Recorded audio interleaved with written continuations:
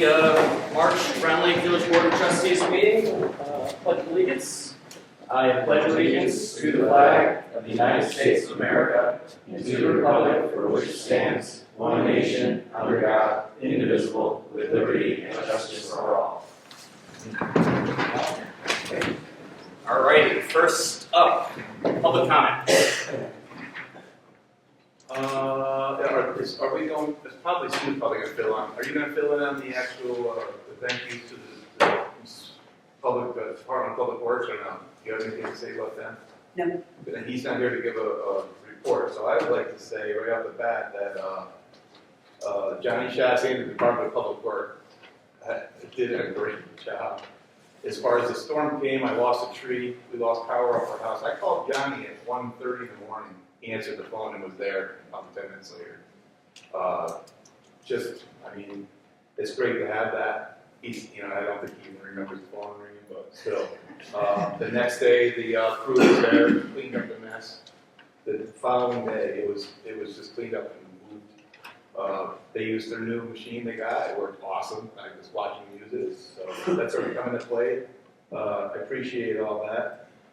Johnny also met me down. I'll talk a little bit more about this later on with the baseball contract, but he met me down there with the gentleman who wants to take over the field and kind of oversee, looking at some ideas we could do as far as filling in some deep spots in the village. So he's just been a tremendous help, along, like I said, with the rest of the DPW. The room in here was actually finished off. I know that we had a grant to repair the wall and the ceiling over here, which I wasn't aware that they were actually not. I thought they were responsible for doing the whole room. Apparently, no one had so much money to cover it. DPW took over and finished repairing. They did some more taping and stuff on the ceilings, painted the whole room, and put the shades up today. We pretty much cleaned it out today, and along with Sue's help, they got everything put upstairs and put away, so it's clean for tonight. So, thank you. That's my public comment. Yeah, they've done an amazing job. Absolutely. Thanks for that. All right, any other public comments? Yeah. I don't know whose responsibility it is, if it's the individual homeowners or the village, but some of the trees along routes when we're driving the fire trucks, it's like, I'm speaking as a person, not as the fire department. So is that the individual, or is it depend on the location? If it's coming from an individual's property, you mean onto the street, or what do you? Yeah, trees like. Yeah, it's their individuals. I believe it's the individual's So it's not that responsibility. whole 15 feet thing from the Correct. center? Trimming back your bush. Are you talking about just trimming back edges and trees and things like that? Yeah, I think it's the homeowner's responsibility as far as I understand to do that. But don't we have can't we do that on our own if we see it as a public mess or Yes. something or another? Yes. And maybe not take down the tree, but prune No, the tree. Yeah. Something like that. Yeah. It's a matter of public health and safety, yes. You make things safe and then you worry about it. Yeah. Yes. So if there's any particular hotspots, you can let us know as well. Would that be good? Yes. Okay, that would be I just helpful. didn't know whether to notify the individual. Well, I think in general, I think it would make sense to let us know, and then we can certainly talk to folks as well. It's just like 3 spots in the village. Can you email them? Yes. Can you email them to me? That would be great. All right, good. Thank you, Tina. Anybody else public comment?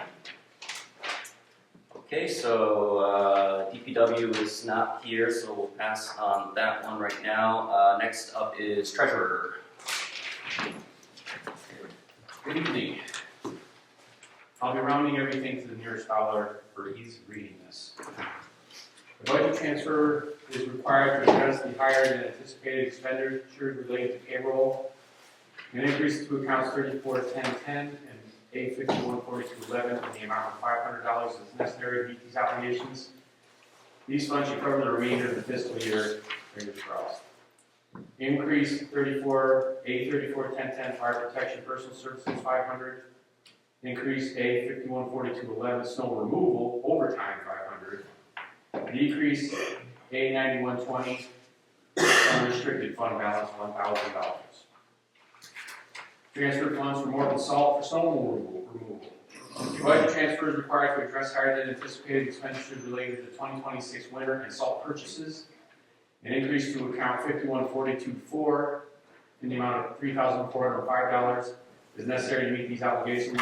Unless there's an absolute emergency, there will be no more salt purchases this year. Increase A 5220, snow removal contractual $3,405. Decrease A 9120, unrestricted fund balance $3,405. Transfer funds to fund water main repairs in the village. A budget transfer is required from F 8820 to F 831040 in the amount of $19,831 to provide funding for the water main breaks that took place in the village. Increase F 831040 water administration contractual $19,831. Decrease F 8820 water repair reserve, same amount. Abstract of claims. The treasurer has submitted the March abstract for board approval, which includes February prepaid invoices and March claims. The total amount of the February abstract is $141,841 to be approved per fund as follows. A fund, $118,630. F fund, $23,211, and G fund, 0. All right, do we have a motion for those requests? I'll make a motion to approve as stated by the treasurer. Second. I think Emily got there by a nanosecond. Okay. All right. Tom? Just a question, we're transferring within the water fund, Correct. from administration to repair. Correct. Okay, We have a reserve fund yeah. Yep. Okay, in the water. Specifically for this. Correct. thank you, yes. Jason? Yes. Yes. Yes. All right, we good there? All right, Chief?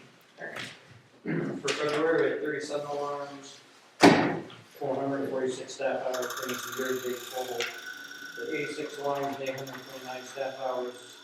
Drill, training, and miscellaneous activities brings the year-to-date hours to 1,755. And so it's been a few busy weekends of training. 2 weekends ago, we did elevator rescue class. Last weekend was an ice rescue out on the lake. The ice is probably done at this point now that the weather's warmed up, so don't go out on the lake. And then this upcoming Saturday, we're doing a lot of burn at the county training building.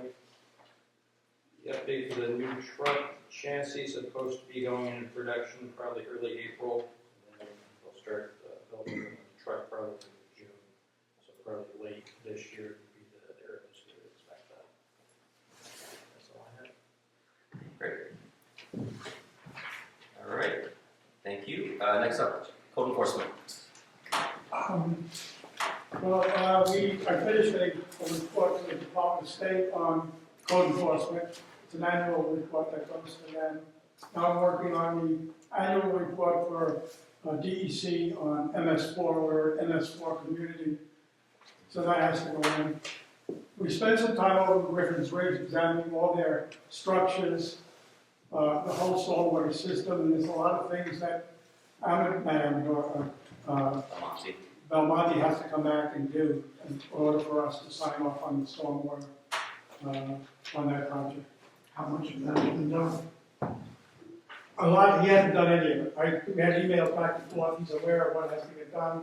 Hasn't argued about it, but I think what they did is they decided to run a lot of the gutters and leaders out to, under the grass, out to these storm structures that are out in the street. When they did that, they drilled a hole this big for the pipe, but the pipe's only this big, so soil is dumping into the structure. It's a big pain in the butt. So you've got to go in there, podge all that, clean it up. And they made a mistake when they originally put it together using hydraulic cement. They should never use hydraulic cement. They should be using mortar. And so they got to replace all that.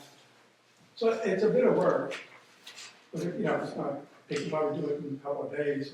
Do you have any sort of promise or assurance or indication that? They say, thank you very much. Now, I deal with the engineer from Scott Lansing, and they say, thank you very much, we'll get to it. They're gonna fight us on it, I know, it'll be a fight. And I think they would like to get out of there by the summer. But they need our sign off to do that. Right, and we don't wanna sign off on something that's not, because we'll be responsible for it. Okay. So they're responsible, they're engaged until what point? We say it's done, we say we're happy with it. Okay, and then that being like, because I know up at the Griffin's Ridge, or Village Landing, isn't it, like when they sold the last house or something? Does it have to do with that? or No, is- it has nothing, it has to do with, when we're satisfied, the stormwater system is totally different Okay, from, in a way of the development of building permits or anything like that. It's actually a federal program administered by DEC. And because we have a storm system and a sewer system in the village, we're an MS4 community. So we have to do all these reports, and we're responsible for Victoria Landing and Griffin's Ridge. We don't want to take these things over unless they're like. So, no, Monty, I mean, we were trying to get them to sign off 2 years ago. They're just slow. It's the never-ending story. One question on that is, was there specific specifications provided to them about the stormwater and connections in from houses into the stormwater? Yeah, we went over that I worked with Blue Niles from Cornell, and, yeah, they had all the specs. Okay. They just didn't do it. do it. Good. Anything else? That's it. That's it. All right, awesome, thank you. All right, next up, parking enforcement and animal control. No animal control calls. I've made 7 tours around the village. There's nothing to do with parking this time of year. Yeah, It's not gonna be busy for another month. and then it'll be nonstop. Yeah, we all at Route 9 and both now. Yep, exactly. All right, good. Short and sweet. All right, Guys next. are gonna stay off the grass and Griffin's Ridge too, so they can. All right, good. You're up. That didn't take me long. I can answer it right away. Yeah. So thanks for the workshop meeting. We'll be working through the budget, just allocating those funds. And then for the doors, I guess my big question is, should we decide on like a max cost for the doors, as we're working with contractors and lining that up? Cause I know that could get expensive, I don't know. I've contacted, there's a wood shop in, over by Bolson Spa that builds custom doors. Yeah. So I told the guy I would take some pictures, give him some measurements, and give us a price. Okay. I think that's how it has to go, that would be custom made. Yeah. We discussed it too, I don't know how you feel, I think there's too much glass in those doors. Yeah. Maybe only having it half glass, or, Okay, yeah, maybe take out one row. yeah. But anyways, I'll get all the stuff and try and give it to you, or give it to Jason. What his price and what he, Okay. Yeah, I just don't know if there's gonna be like some number that's just like. what would be my guess? I think they're really important. The we need doors to are make really it nice, I like. think- yeah. I think we need to see some proposals and then we can Yeah, evaluate from that point. my guess is it's gonna cost probably at least $15,000 for the set of doors, and probably another $5,000 for the hardware, if you want a lot of them, the same kind of hardware. Yeah. So there's two sets of, With replacing the doors, we should look at making sure it meets the newest building codes as far as egress and yeah. that type of stuff. The other thing is, I thought about is, you could have them made out of not wood, fake wood, that's fireproof. And I don't know if that's something you're interested in, or, It would be worth going to Curtis Lumber with the dimensions and the idea of what we'd like to have. Because I do know a lot of those door manufacturers, I don't think they're that custom to where we couldn't find something that almost matches. I thought they were more than 80 inches tall. You know, once you get above 80 inches, it's custom, everything's custom. Yeah, Peter, I'm sorry, what was the estimate you gave for? I didn't get an estimate, I talked to the guy, I looked at his webpage, and I think that, you know, looking around it for sets of wood, you know, wood door, exterior doors, you know, they could cost anywhere from $5,000 to $10,000. Okay. And what would be the procurement process for this? I mean, that amount might determine, I should know, I did the procurement policy, but, I mean, would we be able to just get quotes and then decide, or maybe that would determine a little bit? I know this, I can get one quote here. I mean, I don't know about, you know, we go to other wood shops or Curtis. I have a village resident in mind that I'd actually like to speak to that might potentially be interested. They do a lot of glazing work, and it's kind of their hobby, so I wonder if they're interested in that, in remaking the I doors. think we need 3 quotes. Whether they need to be in writing or whether they can simply be over the phone depends on the amount. I don't have to carry those figures in my head, but we should have 3 quotes. Time frame is important though. I'm sorry? Time frame. The time frame of when it can be done is kind of. Yeah, it's gonna take, the person that I talked to, takes 2 months to get a set of doors. Take 2 months. Do we have any deadline for, I mean, we have functioning doors, right, so it's not like urgent to get them, or It's kind of urgent. is it kind of? Yeah, they're literally falling apart. Yeah. I had to take plywood last year and cobble the main door back together.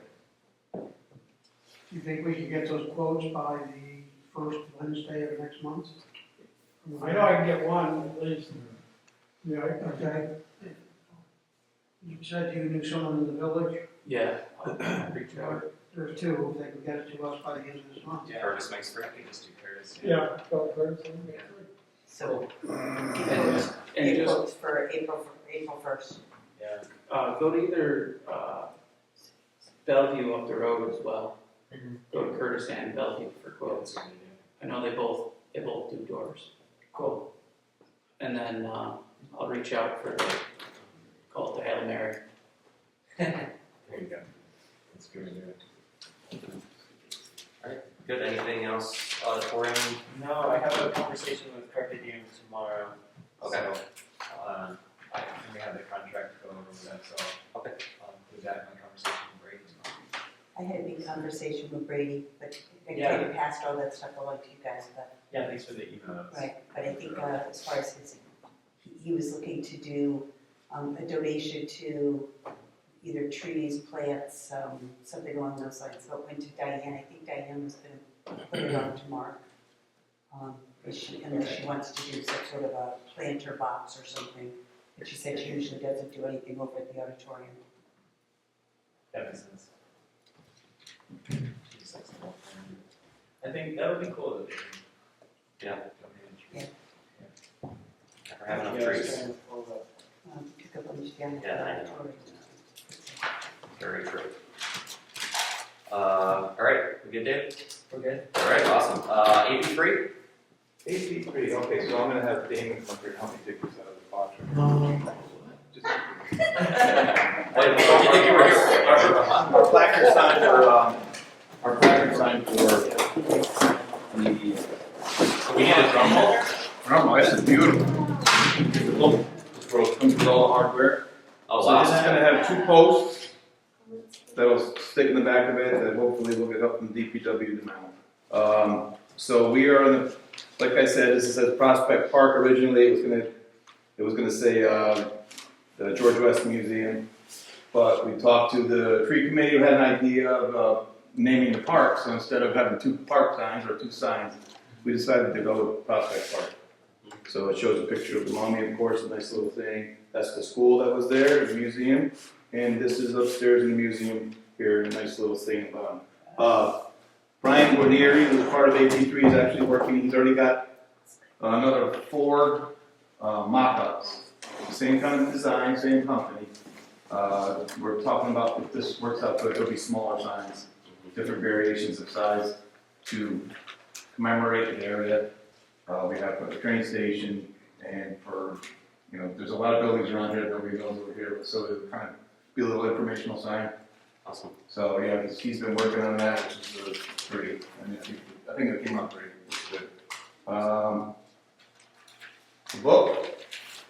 The book is coming out on June 9th. We have 300 copies that we have to sell 150 to break even. So get ready to keep your wallets out. How much you gotta charge? At the $24.99. I really like to sell my copies before they go out for sale. I mean, on Amazon Prime, we won't make any money. And all the proceeds go to Wireless and VB3 back to the website. It's a good deal. You can't make I it don't think 25 even. What's that? You Yeah. can't make it 25. I don't know why they did that, but I think it's 24 even. Not 20. How about 26? Isn't it even? So we do the books that we get 47% of the sales on it. So that was going to say we have to sell half of them to get our money back. And right now I'm talking with Wireless on doing some kind of event, like a historical event in April, to kind of get everybody, maybe do a pre-order so we can have everybody order a book before it actually gets here. And the other author is going to be here for the Antique Festival, so we'll have hopefully we'll be able to sell quite a few of them.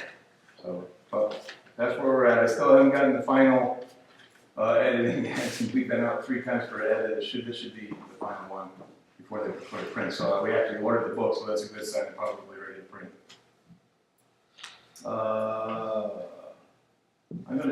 You're gonna talk about the baseball, the history stuff of baseball, pardon me. I just have a couple of things Okay, on that. I'll leave that with you.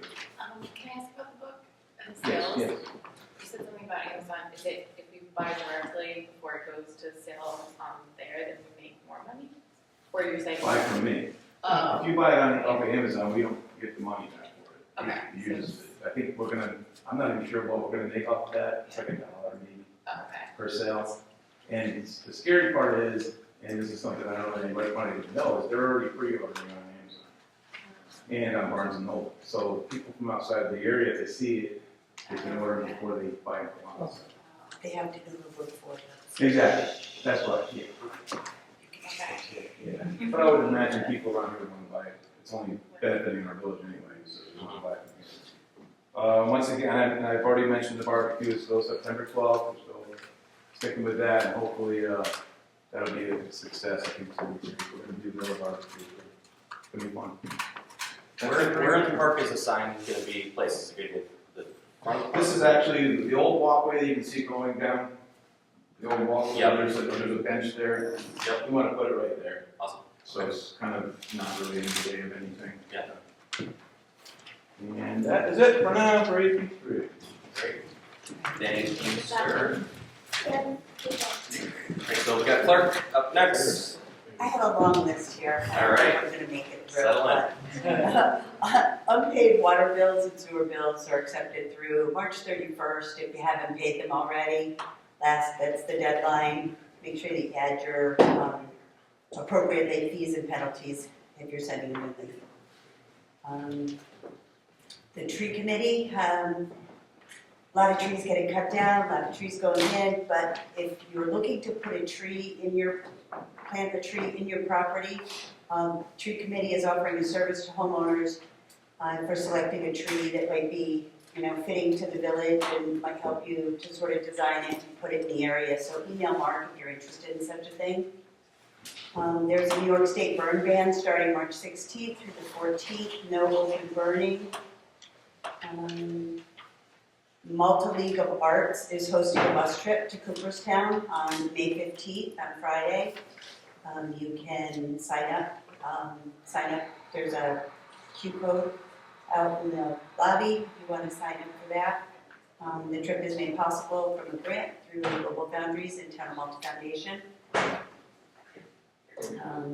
And then there's an update on the Saratoga Election Inspectors opportunity. They've updated the list of classes through April. And that is also in the lobby.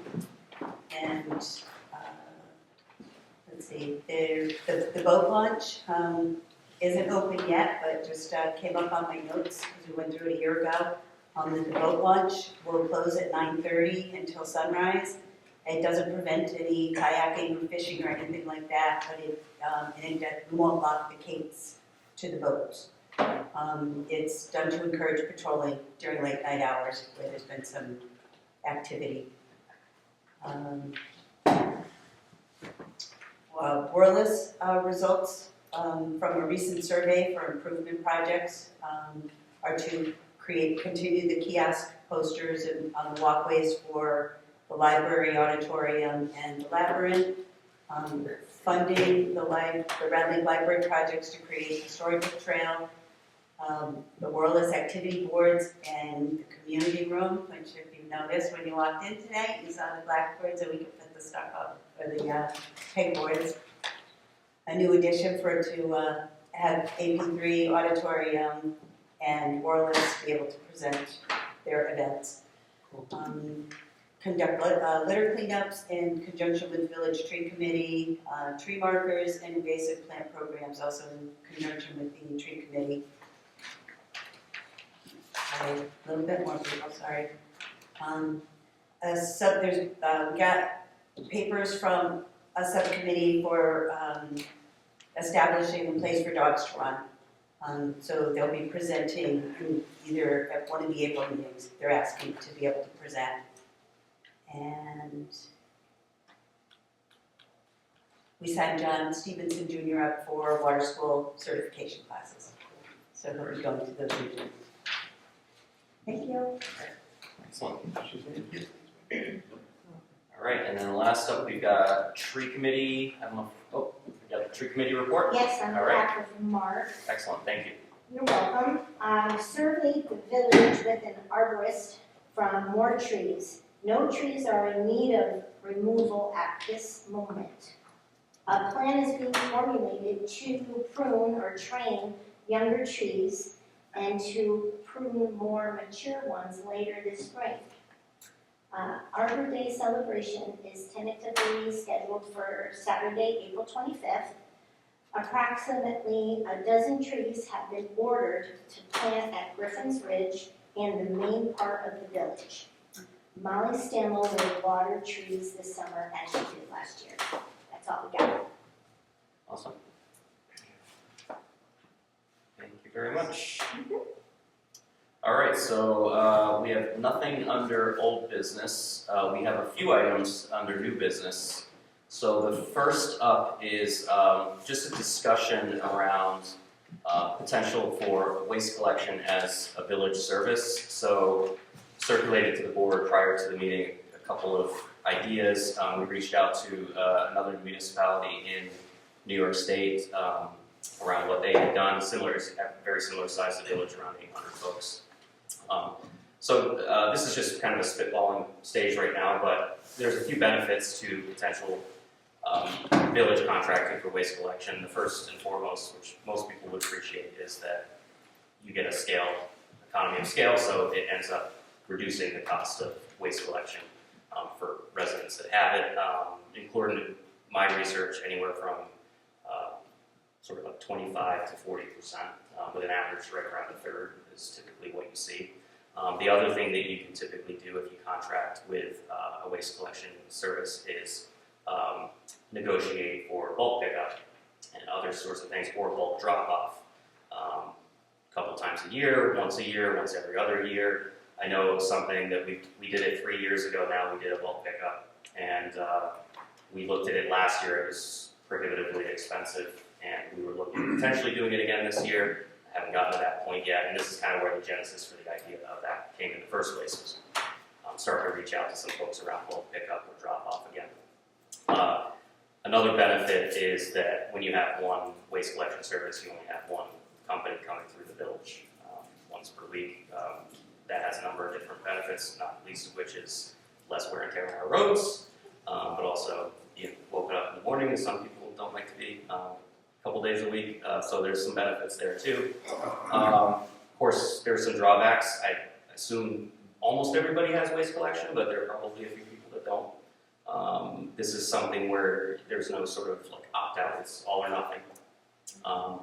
It could be done as a fee, the same way as we do our sewer and water fees, or it could be done as part of the budgeting process through the general fund, through taxation. So I just want to throw it out there as an idea and see what the board's feelings were about it. Could certainly look into potential costs for us. We've got Casella and County Waste are the two major companies here, and wanted to kind of get a sense of the board what their thoughts were around the idea in general. Matt? Tom, yeah, go ahead. So this would be not an optional? Correct. If you're a resident in the village, you have to get your garbage picked up. Correct. You'd have to buy it. Yeah, just like water and sewer or anything, you're basically, it's because that's how you generate the economy of scale, right? If you start allowing opt-outs, then you potentially could have X amount of people you contract for the number of units in the village.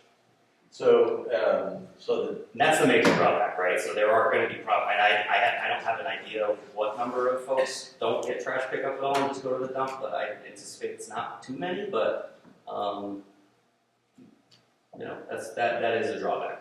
So the village administration will be taking on the task of billing and dealing with trash collection issues. Correct. So it could be done as part of the property tax. When it goes out as a line item, it could be incorporated into the property tax, or it could be done as a sewer water fee type thing and collected. Well, I was thinking more like the workload on Sue. Yeah. For one thing. The second thing is the preponderance of calls that come into this office on any given issue would be driven up exponentially.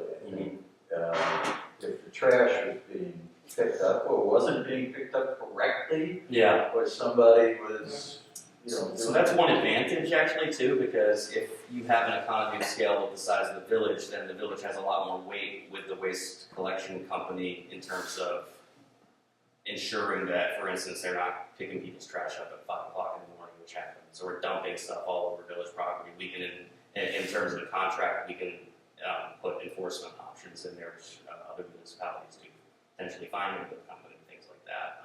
But yes, there's pros and cons to it. and for example, I'm very satisfied with mine. Yeah. Wouldn't rule it out, change Yeah. it. But how do I know I'm going to get the same level of service? Do we get calls about, like currently in the village, even though it's people individually contracting? I know I hear about speed and dropping glass and stuff like that. Do you get calls currently about that? It's just Facebook and things. Yeah. It'd be easier on the tax bill. Yes. To do it. That's how most municipalities do it, yeah. Because My then we have thoughts- to generate two separate bills. My thoughts on it are a couple things. I know currently right now the waste companies offer multiple sizes. Yes. So I know just from rough walks around the village, a lot of villagers have small ones. Yeah. Some have the triple size ones. Mm-hmm. And I think that would be something that would need to be worked out is how, if this was to go any further than conversations, how does that differentiate? Does everybody get the jumbo one? Mm-hmm. Is that going to fit on everybody's property? Mm-hmm. The answer might Does be everybody a, want it? does everybody want it? Yep. Or is the flat rate going to be for the jumbo, and then if they want the small one, they just get the small one, but at the cost of the jumbo? Yeah. I think there's some things that need to be answered from the waste companies and from the other towns to see what they do about those types of issues prior to bringing this to the village and getting a feel of what they want to do. Yeah. So that way we have the full understanding and scope of how Yeah, it's so- going to affect everybody. Yeah, so I wrote a couple things down there, complaints, sizing, what happens with the service if you're, happy with it or whatever, so, those are all good things to do. Another thought I had was, I doubt, and I'm going to use an example here from the village of Fonda. Fun, okay. So I don't really know how much, they're paying $25. Yeah, I don't know who pays, I don't think anybody's paying less than $25. no, I think most, it averages between 40 and 50 bucks. Right, yeah.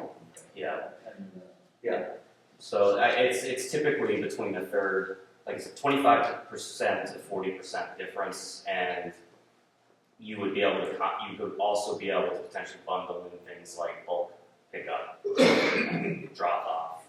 So those are some of the advantages of it, but well, you yeah, there are have, definitely drawbacks. There are definitely things we have to iron out, so yeah, that's why I wanted in to the village, you have county and county and Casella. Those are the two. Casella, Twin Bridges, Yeah. Casella. Yeah. So why isn't it to their advantage then to urge a municipality to accept a contract with them to do the whole building? They do, maybe because ours is on the smaller side. They do that in other, in my research, a lot of municipalities of our size do contract. And that's another reason why I looked into this. It's not an uncommon thing for villages between, say, 800, 700, and 2,000 size. One of the other things that would be worth looking into is if we're looking into possibly getting all the trash on one collection stream, is instead of necessarily having an outside company do it. I know the village of Broad Alton does it. They have one day, two DPW workers, they have their own trash truck, and they bring it to, they drop it off themselves. We may have to hire more assistants, or possibly take a look at what that looks like, but that's also. Yeah, I looked into that, and it tended to be split more in that 2,500 plus range, where you started seeing municipalities that started doing it themselves. Certainly something that's an option, but I just wanted to kind of get a sense, and some of the questions you guys raised are not ones I thought of, so I will definitely, and I'm sure during the public comment, maybe some people have some thoughts too. So what I would like to do as well is potentially at some point put out, I know we talked about a village survey in general of certain issues, maybe we can incorporate that into, just get a sense of what the village might think about it too. And another reason why I brought this up is I have had probably 3, maybe 4 people over the last 7 years raise that to me. One of the other advantages is putting it in the general taxes, now your trash becomes tax deductible as well. So that's another thing. I do think Victoria Landing, they all use the same, so I should talk to the, Oh, as an HOA they do it? yeah, the Yeah. HOA has, so they all use Twin Bridges for their. Yeah. Okay. So, and I imagine HOAs should probably do this, but would we say, for some reason, someone says, I still want to have my company come, would they be allowed to have it? I mean, it would be, they wouldn't be able to opt out of paying Right. for it, but if They would. they really want to put their foot down and pay extra, yeah, sure, absolutely. One thing I saw was like a smaller municipality had like a central location, and then that was not too far from where the majority of the houses were. They just went there and then dropped their trash there, and then the trucks would just go there. I've had one or two people asking if we do that. They don't want to have their own, they don't have a lot of Yeah. garbage, they don't want their own garbage cans. Yeah, and then for bulk, we looked at last year, bulk drop-off similar to what Malta has, and if we did it ourselves, the advantage to that, I mean, Malta's is there's long lines further away. It's not as ideal as bulk pickup would be, but it's certainly a lot more affordable. So if we decided not to go in the direction, we wanted to just pause on this. What I would like to do is at least get some quotes again for, see where we're at with bulk. Even if we did like a drop-off type service, because it's been a couple of years. Up by my house. Yeah, yeah. And And when you say prohibitively expensive, when you look before, Well, like, actually, before it was just. I thought it was when I did the math on it, I thought it was actually in the ballpark. I thought it was reasonable, but I think the sense of the board was that it was too pricey. So it was around $12,000 to $15,000 for the whole village. But the prior time we had it done, it was around $7,000, so it had gone up substantially in that time. So we punted on it last year. But if you divide that by, what do we have, about 400 houses in the village, it's $30. If you do it every 2 years, it's $15 a resident a year. You know, if you ask Casella how much it costs to I looked this up because I called them. The couch was $100. So, Yeah. you know, so for me, like if I do the math on that and say, okay, it's $30 every 2 years, and I can get rid of my couch, that in and of itself is worth it. But you know, when we're dealing with the budget that we're dealing with, $12,000 is not nothing either. So again, one line item could be in the future. Well, we could work both into the budget because the one time we did it was through unrestricted. And it was successful, like. People loved it, yeah. And they came through, Casella did it, and they came through in one day. And that was the other thing, when Malta did bulk pickup, it was 2 weeks, your stuff was out there. Casella, they did it in one day on a Saturday, it was the week after the garage sale? The week after the garage sale. Definitely after. Yes, it's the week after the garage sale, they came through on a Saturday. Because And- Malta's was before the garage sale last year. Yeah, that was drop off. So they haven't stopped. They haven't done bulk pickup since before COVID, and theirs got for them too expensive, which is why they dropped it. And they had a lot of complaints about the fact that pickers were coming through because the stuff was left out for 2 weeks, which is when we did it. We did it in one day, which we can do because we're a small village. So yeah, so that's that. I will take back some of the feedback, and if there's some stuff in the public comment you guys want to talk about too. Certainly write down some notes and do some more research. All right. Okay, so the next thing on here is license plate lookups. So this is, we're not gonna vote on this tonight. I'm gonna punt on this till the mayor is back, because this is a little project of his, but just as some background, in order for it to be on firm legal footing, Gary wants to look at drafting a resolution allowing him to look up license plate numbers for people that are doing certain things, blowing through stop signs, speeding through the village, things like that. He is able to do it, but it's what his research has uncovered is that it's better to have a formal policy or law defining what it is. So it's some of the you guys have the handout here, but it says a village employee or official may be able to look up a plate and send a letter if the person is using DMV data through lawful authorized government channel. The use is part of an actual village function, and the village is using the data only for official purposes. Village official may not just look up plates informally, casually, or for a neighborhood complaint because they are curious or annoyed. So a couple of examples would be stop signs and illegal parking.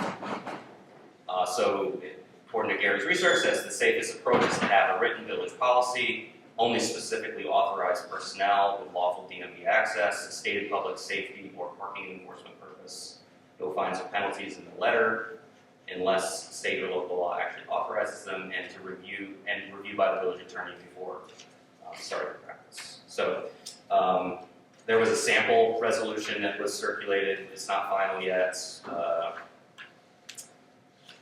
You guys have this here or no? Yeah. Okay. You took a look at it, right? So just I saw it. yeah. Thoughts? I mean, it makes sense to me to have this stipulated. Allows Gary the authority. So you, Yeah. well, these questions I guess I have to ask Gary. So you're saying he can do it now? Correct. But it's sort of in a, when we spell it, and Tom, fill in here if I'm mistaken, he can do it now and has been able to do it, but having a written policy around it and some structure around it and stipulating the causes and the reasons why would put him on, would remove the sort of implication that implications doing it for, that he's off the reservation. Yes, It says- exactly. It says, yes, you can use municipal, sources, such as the town, court in town of Malta, to look up who owns a particular vehicle or who is registered to, but only for these particular purposes. So he can't do it just because he's ticked off at somebody and gets mad and wants to write a letter. There's a policy showing he's allowed to do it in these limited circumstances for these limited purposes. I think it's a good idea. But he can do it now, has he ever done? Yes, yes, He has done. yes. For stop sign infractions and speeding infractions. And And so, to send, and what he does with this is he sends the person a very sternly worded letter from the mayor's office. that what? That was gonna what? Stop doing what you're doing, basically. Or, That's it. Well, Yes. I think with the stop sign in particular, I could see it being, some people go through and clearly haven't seen it, so I think some people might then realize that there is a stop sign there. Yeah. And if you're aware that someone's seeing that you do it, that's gonna make you think twice. well, if we're gonna pursue this, I'd like to see the letter. Yeah. I'd like to see what it says. That was my question, So- was there should be a template. He has written a letter in the past, which I'm sure he would be able to give you. In the stuff that was circulated, there's a sample letter that his research, that he's recommending. So it basically says, this letter is a courtesy warning from the village of Round Lake. Your vehicle was observed doing X, Y, Z. This is not a ticket, summons, fines, or formal charge. No payment is due, blah, blah, blah, blah, blah. The village requests that you and any person operating or parking this vehicle exercise care and comply with all posted signs and applicable traffic and parking rules in the future. So it's basically like we saw what you did, please stop doing it type thing. We can't, unless we get the stop sign cameras and things like that, we can't find them, we can't issue a summons, we can't do all of it. It's just a mechanism for us to try to get people to use their better interests. And under whose authority do these letters go out? The mayor's authority. The mayor's authority. But who reports the vehicles in question? So there was a couple people that in the policy suggested that could send letters, which that was going to be a question of mine for Gary. Yeah. Was how do you decide who's a witness, right? We talked about witness, like credible witness. Well, we want anybody in the village coming and saying, I saw this person, blah, blah, blah. I think what would be also really helpful, he's already doing this for stop signs, but he added parking to this. And so if we're also discussing changes to parking enforcement, this might be a nice way to formally get information to people before we start, taking more enforcement actions. Well, I mean, I guess I'm just going back to this thing about who's deciding who gets a letter. I think, we don't have excuse me, we don't have a police department. Right. We have a parking enforcement officer who certainly is authorized or should be authorized. But outside of him, if Scott Rigney decides somebody hasn't stopped at a stop sign, and he comes in here and he says, I saw a license plate, blah, blah, blah, go through the stop sign. On his authority, we're gonna send out a letter? Yeah, so that's, I think, a question for Gary. I think we should. I'm sorry. I think we would have to establish a policy of who is allowed to report such infractions versus who is not allowed to. And Bob, parking enforcement, would obviously be allowed to report that because that's kind of his job at this moment. Could I say something about this? Sure, you're parking. Till 1987, I had the authority to do this. I stopped people on the road because I was both road patrol and correction supervisor. But 5 years after you retire, the state takes that certification away from you. I have nothing now, but I had it. But you have to get it back if you want me to do it, because I'm breaking the law if I do it now. Okay. Yeah, so I think those are the things we have to iron out, right?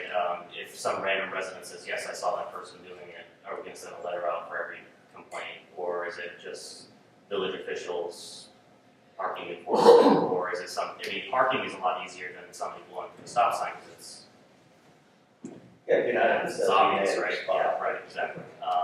And I didn't get the sense that he wanted to greatly expand this from what he's been doing. I think it's literally probably 2 or 3 or 4 Yeah. times he's done it, period. but I do think this could be really helpful for us as we're going forward with the parking discussion, so that we don't have to get a ticket and like just send a formal letter saying this. Well, I area just is no want it to be longer. fair, and I want it to be, And I agree. you know, So I think the follow-up item for Gary here is to, because I'm reading the sample resolution, what is not in the sample resolution is the mechanism around reporting.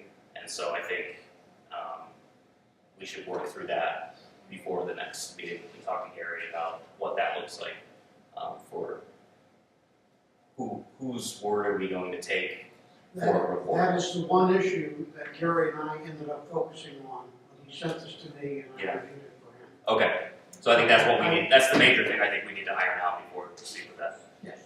Okay. All right, so next up is baseball contracts. Shall I stand up? You shall. Okay, pretty much everybody was here when Joey from Velocity, 518 Velocity Baseball showed up, made this proposal. Did you all get a chance to look through the contract? I did briefly, but Okay. you want to walk through it? Well, basically, I don't think I don't think we're ready for a signature. We can approve what we have so far, Okay, but we need to make some amendments to it as far as cost to the village. okay, So if you want to approve everything after that, that's fine. Or we can approve it, and you guys can have it, if you have any questions about the contract so far, let me know. I'd be much more comfortable approving the contract after we've worked out. Yeah, so I would say, I know there's a workshop meeting coming up it's on the first. on the first, if you Yeah. could add that to it, and you guys can have a chance to look over it. The additions will be as far as cost for materials and how much that would cost the village. We can talk about that at the workshop, but that is that's gonna be probably the biggest discussion. And also he wants the village to spend money on the fields before it will commit to Yeah, coming in and maintaining the field for the rest of the year. And we just need to have that figured. yeah. So that's before the first contract, not like, because I know there was the first year where he was doing some stuff to get it ready, and then. The first year is basically going to be a practice year trying to fix the field up. But And during that time, he's wanting us to also put in this money in that Correct. first year. Okay. The village will put in just repairs that nothing that's going to be, I mean, there's need repairs and backstop. And then there's some costly things that can be done with netting. Filling in clay costs, I know that he's gonna do a lot of he'll be doing a lot of maintenance on his own, so he'll be doing a lot of the work, but a lot of the materials will be asked for by the village. And I know we've discussed, and it was brought up before, that we have a large amount of money in the recreational fund. We have parkland and recreational fund. Yeah. Recreational fund, which was brought up, which I wasn't really super aware about it. And I would ask actually the village to look into that and find out, apparently through the recreational fund, there was money allocated for baseball parks only. I don't know if that's true or not. No, I was involved about 7 years ago, before, the Little League field. We had professionals come and do the work. Yeah. But the village chipped in about $20,000 from the recreational fund. Okay. It came out of that fund. Okay. So there's no money that was And allocated. the recreational fund is not dedicated for any particular thing in the village. Right. It's, you could use it for, I think, the auditorium, for playgrounds, anything recreational, the baseball field. Right. I just wanted to make sure there wasn't a grant given that went to the village, where the village was supposed to spend it on the baseball park. That's not mine. No, this is all So it's not allocated. recreational funds, every new house that's. So having the conversation with Gary and Tom and about where the money will come from, would probably be the Parkway Fund. We have a substantial amount of money. Yeah. And some of the figures are pretty shocking. I mean, when you think for me, because I like spending like $1 on something. If it's $2, I get crazy. So these are the thousand, I'm gonna say probably around $50,000. Yeah. We'd be spending on things that would be permanent and would help the future of the park. And it would be an upgrade, and I think it's a great idea to do it. So But as that far would as be over the course of a few years. over the course of 2 Right, years. that's it's not gonna like happen right now, this year. right, they're not looking for. No, he that's just the basically issue. wants, I think, and I understand, he doesn't want to be spending money on something where he's not gonna be getting. It makes sense. Ultimately, we're not doing it for him anyway, we're doing it for the park. Absolutely. And then he will just be, It's our park. yeah, it's our park. Yes, Exactly. moving forward to a contract with the years to come, he'll be, the first year, is he's trying, we're opting out of charging him anything, because he couldn't be using that practice field, he's not gonna be using it at all. I mean, and we were already told by the Department of Public Works when we were down looking at it, they're not even gonna be able to get a machinery or material to get onto that field until July. As far as they're just not, they don't have the time, they're working on other things in the softness of the field to try to level it out. So I think it's a long process, but I think for Joey to get what he wants out of it, he wants to make sure that he's not gonna be stiff with having to pay hundreds of thousands of dollars in material throughout the year. The only question I have for him is, what is his commitment level? Is if we're willing to, say over the course of the next 4 years, spend $50,000, what is his commitment level to renting the ball field after the I first think that year? would be determined on us. We had a travel league that was down there before, they lasted 5 years. And normally it is a gentleman who wants to take over because his son's playing ball and they follow him off, the kid gets too old and he's like, I don't want to do it anymore, so he backs up. Joey runs Joey Velocity Baseball. He's got 9 teams, it's 518 velocity. He has 2 little newborns. It's nothing to do with the children. He wants to start home. He's played on the field before. He was a professional baseball player.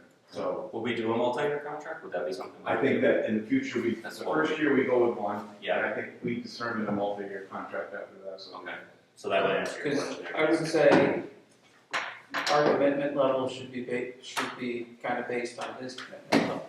Yes. I also think there's a certain, if you build it, they'll come too, so if we improve the fields, we'll Yeah. just improve the fields for Yeah, everybody. this is a 12 to 18. This is what we've been looking for. I think no matter, even if he does back out in 5, 6, 7, 8 years, we have a field that's in great playing condition. We bring some. There's a There's a large demand for market for fields. Yes. it. Okay.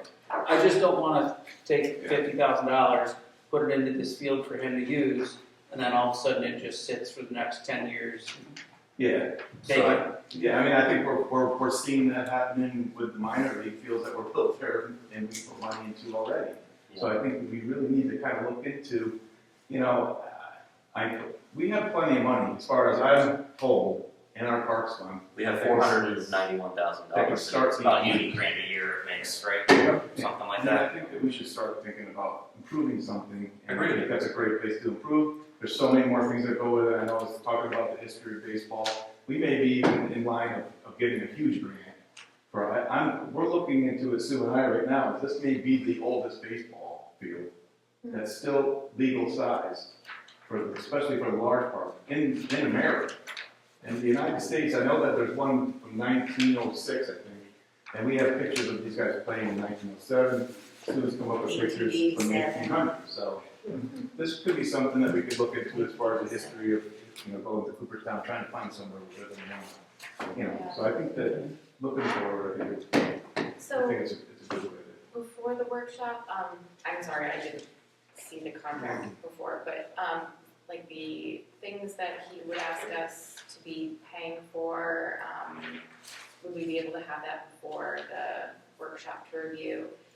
I think what would happen was we'd probably allocate so much money, Yeah, and then it would be, I think that each thing that he's going to do, if it's a new backstop that we bring to the, I mean, I hate to have to bring it to every meeting, but have a meeting and discuss it and pass it to them instead of saying, hey, I mean, he might go through the whole year and not even have to, he might not have time to put in a new backstop or new page. so then like a list of examples, I mean, because for me personally, would be very supportive of this, I Yeah. just don't understand any of Okay, it. so- So it would be helpful to like sit through and, Yeah. even if it's just ballpark Yeah. figures of what something might be, Yeah, just. well, I'll give you, Yeah, so if we're, I'll give you an idea of some of the costs. The backstop, I know the village, purchased the backstop for the field that's down there now.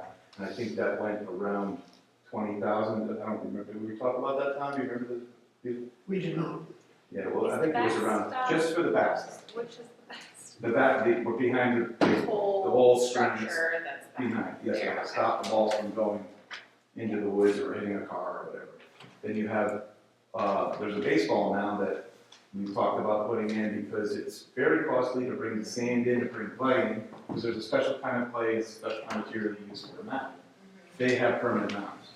They're costly. They're probably $3,000, but you never have to change them again. You can actually move them off and move them in so you don't run into a problem like we did with the other field, where you can't have majors and minors in the same field because of the distance of the, so they have to dig it up and move it. These are actually portable, Okay. and you can move them and they'd be permanent. So those things will last for a long time. It's a lot of money now, but we've never had to change it again. You know, there's, he wants to put in, batting cages, which I don't know if he's gonna be, I'm sure he's gonna stick in some money with it down the line. There's, like fencing, nets that go along, there's fencing in there now. Above, he wants to extend it above it, put netting above it so the balls don't go, off into, Gary had made it, during the meeting, Gary had made a remark, though, would it be easier just to find new baseballs instead of losing them in? And baseballs are $7 a piece, that's. Yeah. So I mean, it'd be, I think it'd be, most, I think, and it might be one of those things that are officially you have to have now anyway, so. Yeah. Yeah, So whatever details, I mean, would it also make sense to kind of be able to review what he's planning to Oh, yeah. invest in? Yeah. and- Yeah, we pretty much talked about this. He's gonna come on, that's why we were gonna try to present it tonight. Yeah. But he didn't come up with Okay. anything, so we're all gonna get some kind of an idea of what it costs. So you're looking at this for April 1st, not April 15th? The, April 1st, if we get those numbers Yeah. from the job. yeah, Okay, okay, All funds intended for balls and this. all right, thank you. appreciate it. And then one thing that I haven't understood is there are 4 ball fields over there. One a T-ball field, and then there are fields 1 and 2, and those are taken, those are being administered, so to speak, by the village plus the Malta Round Lake Little League. And Joey Moore, 518 Velocity, is only concerned with ball field number 3, which is the one that's furthest north, the largest one. I saw the T-ball in action last year. Not people. But part of this would be that his organization and the Little League organization would work together for scheduling so that we don't have conflicting parking needs. Great.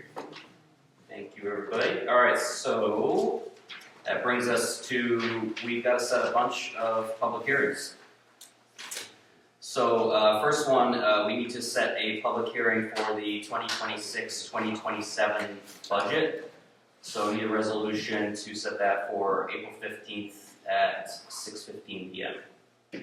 So, Second? Second? Discussion? Tom? yes, Jason? Yes. Emily? Yes. Yes. Second one is to set a public hearing for April 15th at 6:20 p.m. and that's to amend Chapter 80, which is, which one is this one? This one? It's adding a chapter 80 Okay, for architectural standards. Right now, our architectural standards only have to be followed by major subdivisions.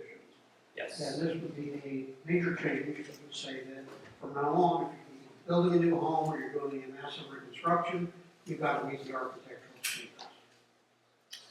So that's that one, so I need a resolution for that. Is that village-wide or is that in just VR1 or VR2?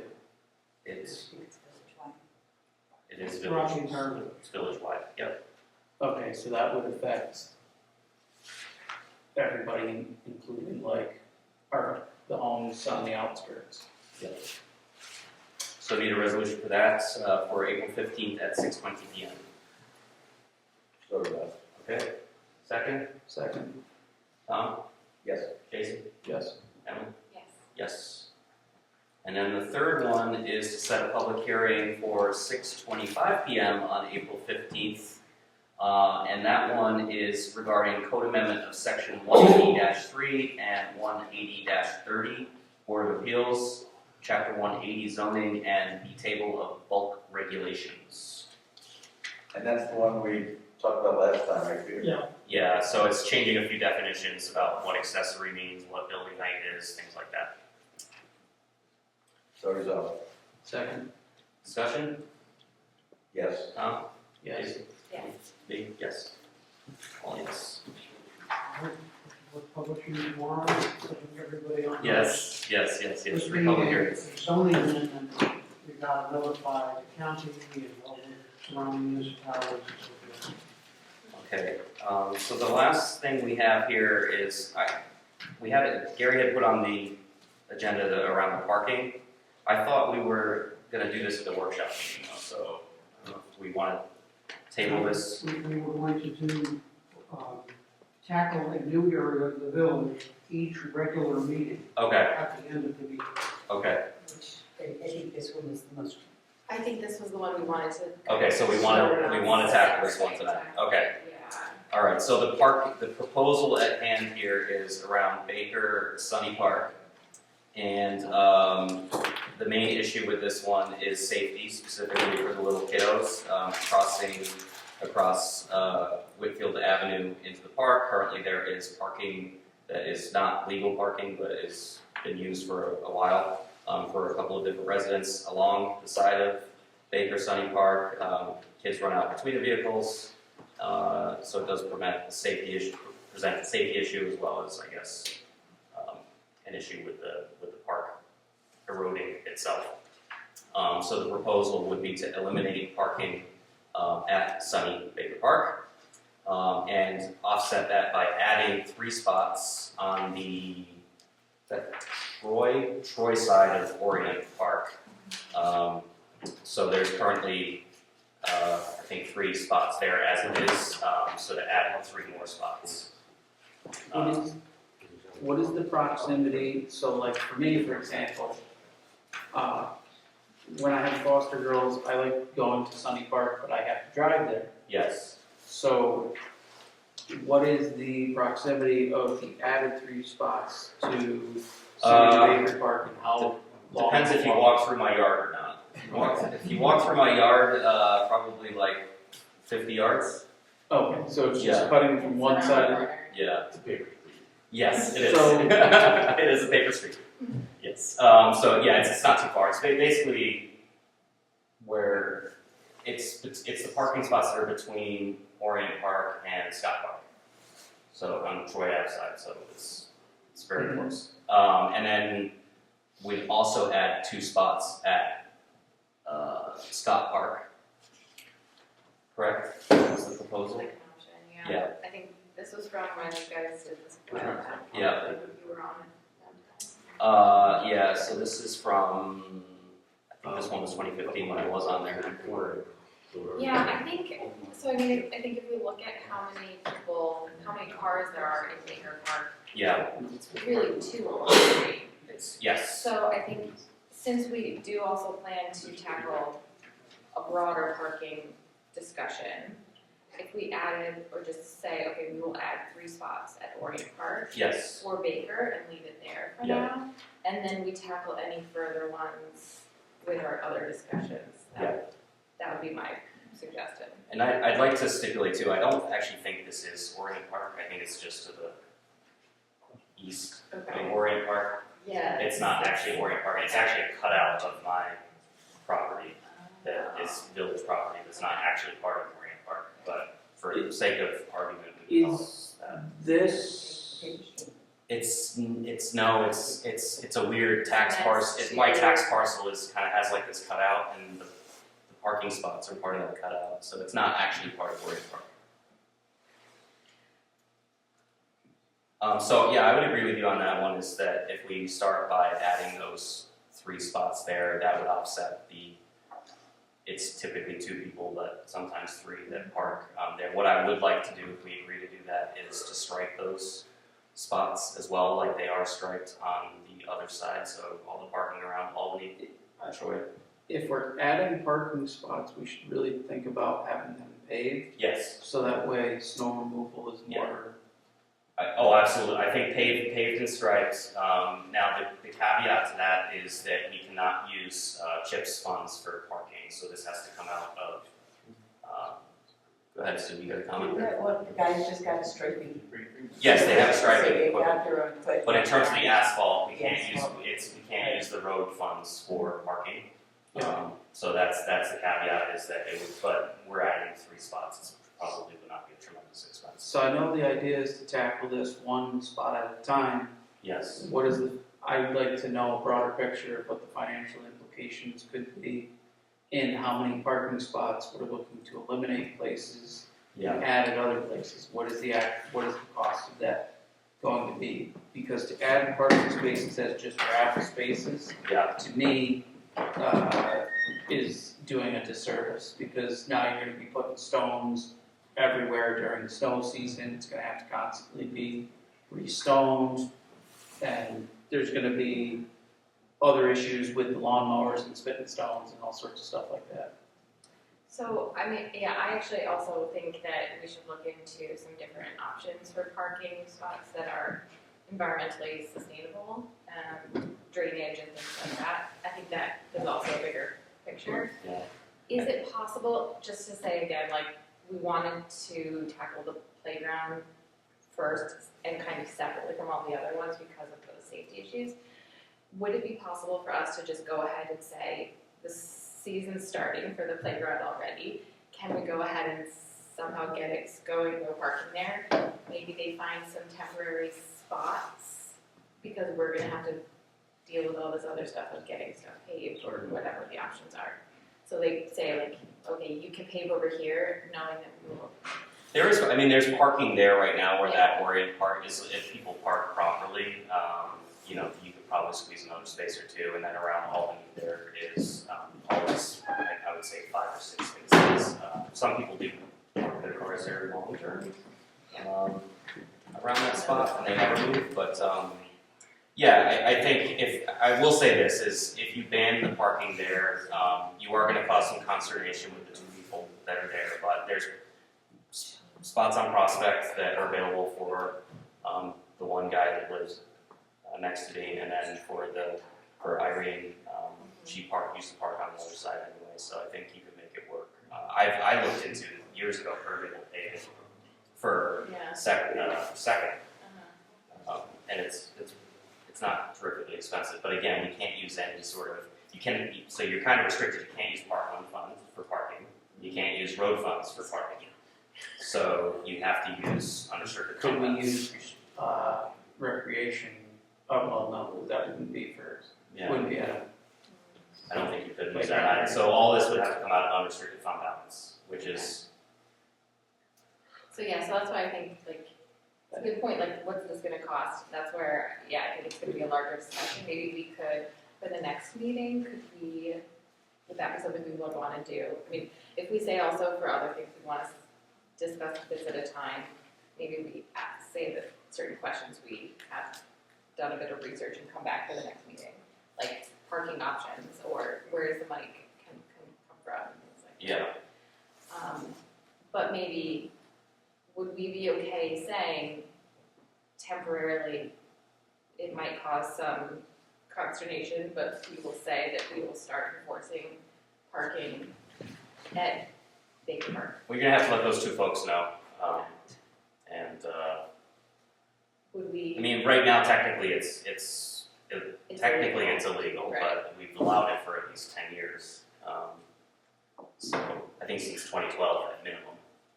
The board, So the I board would has like been kicking to- this down the No, I road know. for 20 years. I mean, Yes, it's time they have. to Yeah. Take a stand, do something. I'd like to ask, The can planning I board just- strongly recommends that you deal with this. So you're making a resolution, is that what you're? is that, should I make a resolution?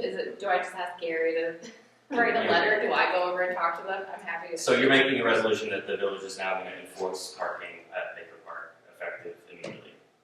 So that you want no parking. Effective April 1st? Effective Yeah. April 1st, I make a resolution, effective April 1st, the village will not allow parking at Baker Park pursuant to our current laws. Right, it's in our code. Yeah. This is the recommendation that was provided, and I'm not seeing it on the table around here, but there is extensive illegal parking in Baker Park, which should be eliminated, and the parking area is temporarily fenced off grasses, snow, and the shores. There are 2 public parking spaces immediately to the southwest of Baker Park, and 2 more to the northwest. We recommend that 1 parking space be provided on Whitfield at the corner of Whitfield and Levens. We recommend that pavers be used rather than gravel or asphalt. Yeah. That's the recommendation. Yeah, I was in favor of that recommendation too. I think the last time we talked about it, the sense was the entire. Was that Emily's resolution? This one? Yes. No, sorry, She does not want to allow the parking on No. Levens and Whitfield. no. Okay.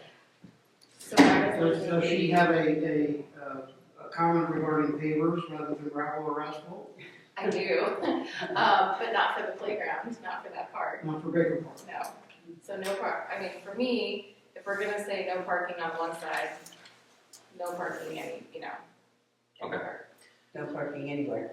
Yeah, I mean, And then there's what kind parking on What Prospects. kind of authority, do we do tickets, do we do warnings first? So April 1st, I think you need to send a letter to the 2 folks that live there and, or communicate Well, I'm with them gonna do somehow, it let them know that Probably April all the way 1st. around it, just to make it, Okay. Who is drafting the letter? Susan or Emily or Tom? I'll start it. Three of us. I'll start it and then I'll ask you to review it. That okay? Thank you. I'll send it your way too. Perfect. Sorry. We have a second for Emily's resolution. I'll second. Discussion, I'm just wondering if April 1st will. a little soon. Trigger. Well, wait, we have, I'm not gonna argue with one period. It's we have other things going on April April 1st 15th. too. April 15th. I mean, you gotta get a letter out to people. When does our, It's the 18th today. yeah, no, I know, when does the, parking, we have some like, April 1st. is that April 1st too? Yeah. Yeah, that's kind of why I was thinking that. And whatever, yeah, What happens? April 1st to November is you're allowed to park, on 2nd, right? Oh, right, no one else will have it if they don't. Yeah, so that's why I was thinking April 1st kind of lines up. And we're really only talking about a couple of It's people. 2 people, Right, Okay. even though the letter's going out to more. and I'll tell my father-in-law to park there too, so. And then, yeah, I think the recommendation did also have the fencing and grassing, and so I think that will have, We'll have to temporarily cone it off or something, in the meantime, so. Just like when we shut down parking over near the tennis courts, the pickleball courts. Yes. We're gonna have to put out signs and Yeah. if we're gonna make no parking, we need to put permanent signs. Yeah, we can put the no parking signs up that we use for the festivals in the short term and then take them there. and how do we go about that? I mean, is that something that you'd like me to follow up on? Or manage that? Like removing permits? So once they're known and once it's in place, then at that point it becomes a parking enforcement issue. Yeah, okay. So we need to vote on this still. Tom? So we're still at April 1st. Correct, Okay, yes. This is for the letter, second resolution then. yes. Okay. Jason? Yes. Ellen? Yes. Yes. I do have one I question. see in the agenda, Sunny/Baker Park. It's the Yes. same park. I'm sorry? It's the same park. And It's that's just like, that's also Wiley Avenue Park. So there are 3 Correct. names to that. There are 3 names, and if you go to Google Maps, it's called Wiley Ave Park, so. But I call it Sunny.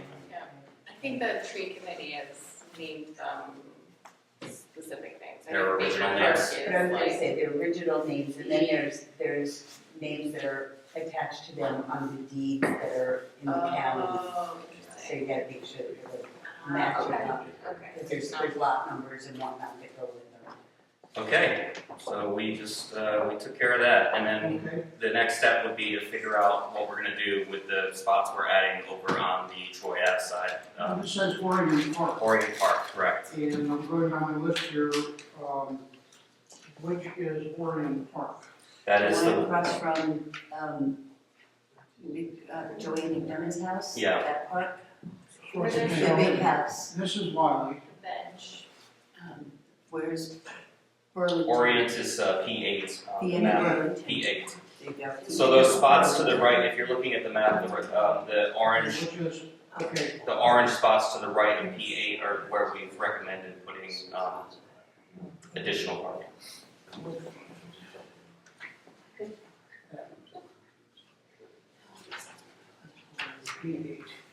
That's-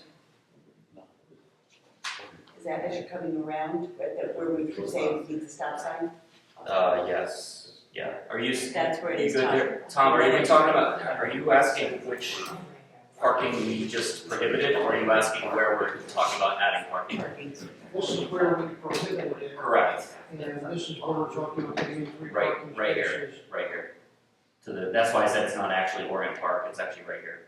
Okay, It's just to the east of is Orient there, Park. is there room for three here? Correct, yes, And there it's is. a- well, There's actually, okay. yes, It's adding 3 parking. there's 3 cars that parked there right now. Yeah, what are we doing for the service? Okay, so how's it providing extra parking? It's, well, there's extra parking that you can add to that, Okay. too. And be like restricting it. Yeah, once you, Okay. yeah, it's the efficiency. I think for the coverage, like whatever we put down for the parking spaces, maybe we can kind of have a discussion on that next time. I've got a lot of research on permeable paving, so I think I can just drag all that up. Could you send Yeah, that along to us? absolutely. That would be great. So, I'd like to know why the recommendation is pavers. Permeable paving is what they're talking about. Oh, they're talking about So it's- recommending permeable? I Yes. thought they were recommending pavers, like, No, okay. not to my knowledge. So the permeable paving, it's like a Yeah, plastic matrix, and then you fill it with sod and yeah, and it's got drainage Yeah, underneath it. exactly.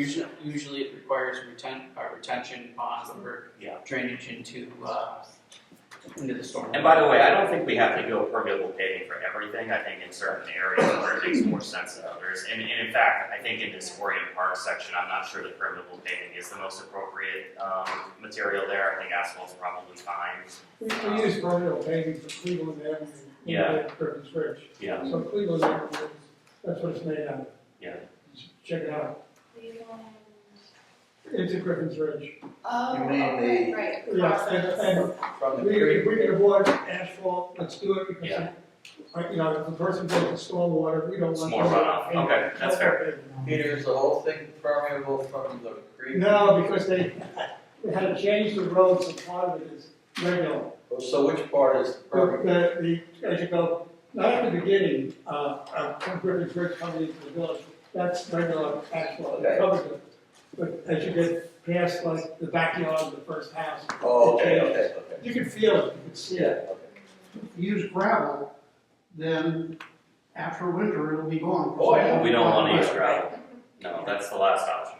Right, they're looking at permeable Permeable paving, Oh, and we want it stripes. What color is it? Like, That's what you got. Rainbow. Does the parking get utilized here? That's existing? Yeah, it can be. It should be, yes. Well, If it were straight. Make a couple more copies. yes, for sure. And along Prospect. will the Irish be representative of the color? I have a interesting question that's kind of a follow-up to this. Handicap accessibility. Yes.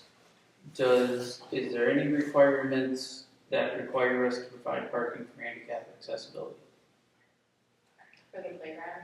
for the playground? No, it depends on the number of parking spots that you have. So if you have Okay, so zero. if you have zero parking spots, there is no I requirement. mean, if you have, I forget the number, once you get like 10 or 12 parking spots together, one of them has to be handicap accessible. If So you're running a that's, business, one of them has to be handicap accessible. So that is also a question for when we're adding these parking spots and doing striping. Is that going to be a factor into striping and adding these parking spaces? Yeah. Pay attention to.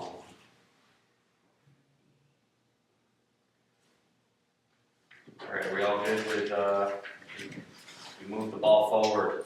Let me just clarify something. Okay, So that these 3 spots are being added here, correct. okay? And then on the next page, we have, 2 spots in Scott. We punted on that one for the time being. okay, Because we're doing a 1-for-1 swap. Essentially, there's 3 cars that park in Whitfield, so we're adding 3 spots to compensate for that, and we're gonna tackle the next part, the next part. very good. That's the Okay. Matt, I'm sorry, I didn't want to wait till the public comment. Just out of curiosity, that piece of property that's your property, Yes. is that cut off from, does it go like this? Yes. Okay, It's so, weird. so when that was purchased, because you know the history of the whole thing, right? Yeah. It was one big piece of property, it was split up by the parish Mhm. and bought. Do you remember who purchased that? Who purchased what? These, The original. where the cut, are you talking about where the parking spaces are? I'm talking about House Divided Up where Kennedy Hall was in Orient. Yes. So your lot is Kennedy Hall's lot. Yes. It was cut in half, it was all owned by the parish, which was where Coleman's located. Yeah. When it was donated to them, and then Connors ended up with it, and they donated Orient Park. Yeah. Yours was purchased by whoever was living in your home at the time. Barb and Doug. Barnes. Did it purchase? Yeah, well, I got, I mean, were they, They're keep it arm, maybe. okay. That's what we did for that. I don't know the history of it. All I know is I own that. I'm just curious, Yeah. as far as, I'm just thinking ahead of time. Yeah. You know, you're there now, everything's great. Somewhere down the line, when you go to sell your property, Yeah. are we gonna have problems with people saying, oh, you're on, that parking space is on my property? Those parking spots are not on any, those Oh, okay. parking spots are on village property. Absolutely. The tax parcel is cut out, so that, and actually on my survey, it stipulates it comes in X amount of feet and then goes that way. What I'm trying to say is, Yeah. you run into these problems and we're gonna run into them in the Yeah. future, where somebody's house is on, it Yeah. depends on who gets a survey. You're right. It's I- shifted around, you're gonna get a survey done by somebody else, you know it's my property, now it's mine. It just, this whole grid shifts. Agree. I did actually look into it once because I wanted to understand whether that was my property or not. It's not, Right. so it's village property. Okay, thanks.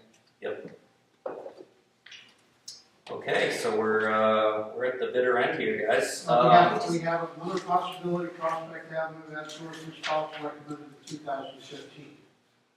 Yeah, I think what we are going to do here, because I think Emily raised a valid concern about costs, is we made the decision to remove the parking or enforce the parking at Whitfield, which is going to cause 2 to 3 people to have to move. So we're agreed to add those 3 spaces, ascertain what the costs are involved, and then start to proceed to add more spaces as we get a better handle on the costs.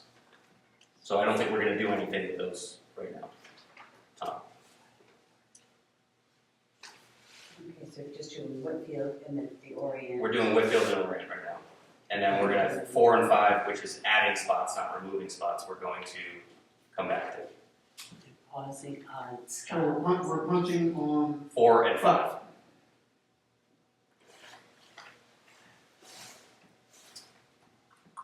Because we're deciding that we're not going to gravel these, right? Which would be the inexpensive, and we could just do it. I think permeable paving and things like that have a cost to them, and I think we want to understand as a board what the costs are involved. So, and I have a lot of research on it, but it's going back a little ways. So I think, What's the other location that has an April 1st? it's 2nd Street. Can't park on 2nd Street until April 1st. Oh, wait, okay, November 2. Yep. We can only park. We can only park here, not mine. All right. So the last couple things here. So we got approval of minutes for February 18th and March 4th. I was not at the February 18th meeting, Neither was and I'll make the motion. yep, we have enough. Well, no, we don't. Yeah, so we're gonna have to hold off on those minutes. Hold up. On that one. Do you wanna pass them March 4th, because were you here March 4th? I don't think so. I think I missed 2 meetings. Okay. We have 3. I don't know. I've posted them as drafts, I just don't have Yeah. them in documentation as final. So can we So wait? you need to, Let's just wait till the next one then, so we can, I don't think, when Gary's back, I don't think we'll have enough votes to do it until then.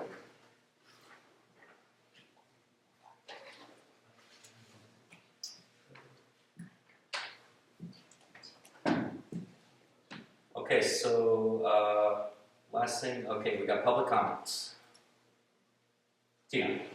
Well, I'm sorry, what time was the public hearing on the 15th for the budget part? What time did it start? 6:15.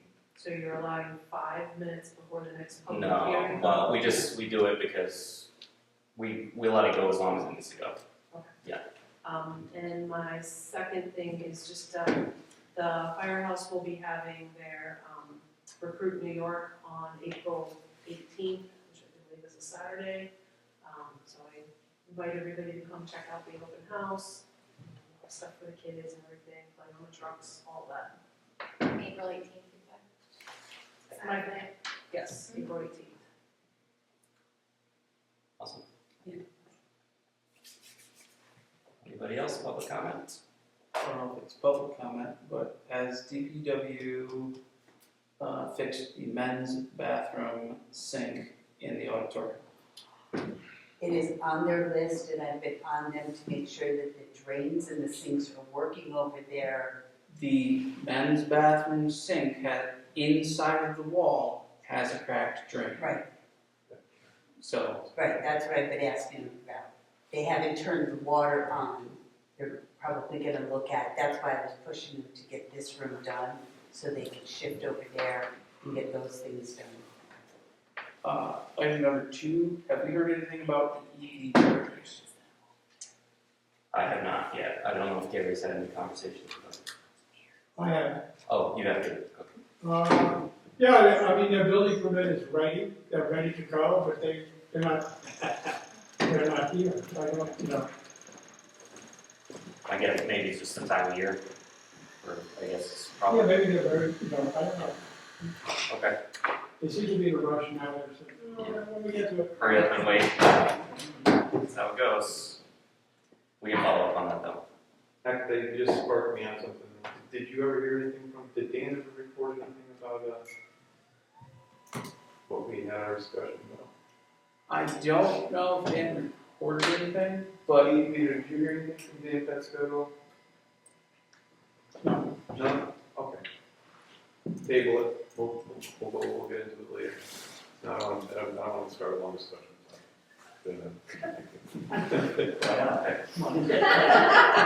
Because it's just another big, it's gonna be worse than, it'll be worse than the. I was just waiting for any more public comments? No? Okay, attorney? All right, thank you. Okay, while the roof was being repaired, a subcontractor dropped something heavy on our compressor. The compressor's been there many years, worked well, but this damage to the compressor released all the compressor. Ozone destroying stuff that Yes. inside. It can be repaired. The concern is that What do we do with that? if we repair something, we'll have new freon in there, or whatever it is. Everything else will be 20, 30 years old. Yeah. So, after a great deal of back and forth with our engineer, Mayor, Peter, a proposal has been made that the contractor will contribute $5,500 to change to its replacement. We'll accept that in full satisfaction, and then we will have our own HVAC van put in a new unit. This will be a substantial reduction in the price. The village will have to spend more money, but we'll be getting a brand new unit up to brand new specs. And that's what's recommended by our engineer. That's what Gary's happy to do, and it's what I recommend. We worked hard to get that binding offer in before this meeting so that the board could vote on whether or not to accept or reject that proposal. And so we did receive that, is what you're saying. I'm sorry? We've got the binding offer. So we have the offer, is what you're saying. We have the offer. What we do is we pay what we owe them less $5,500. And then we would, take care of replacement of the unit.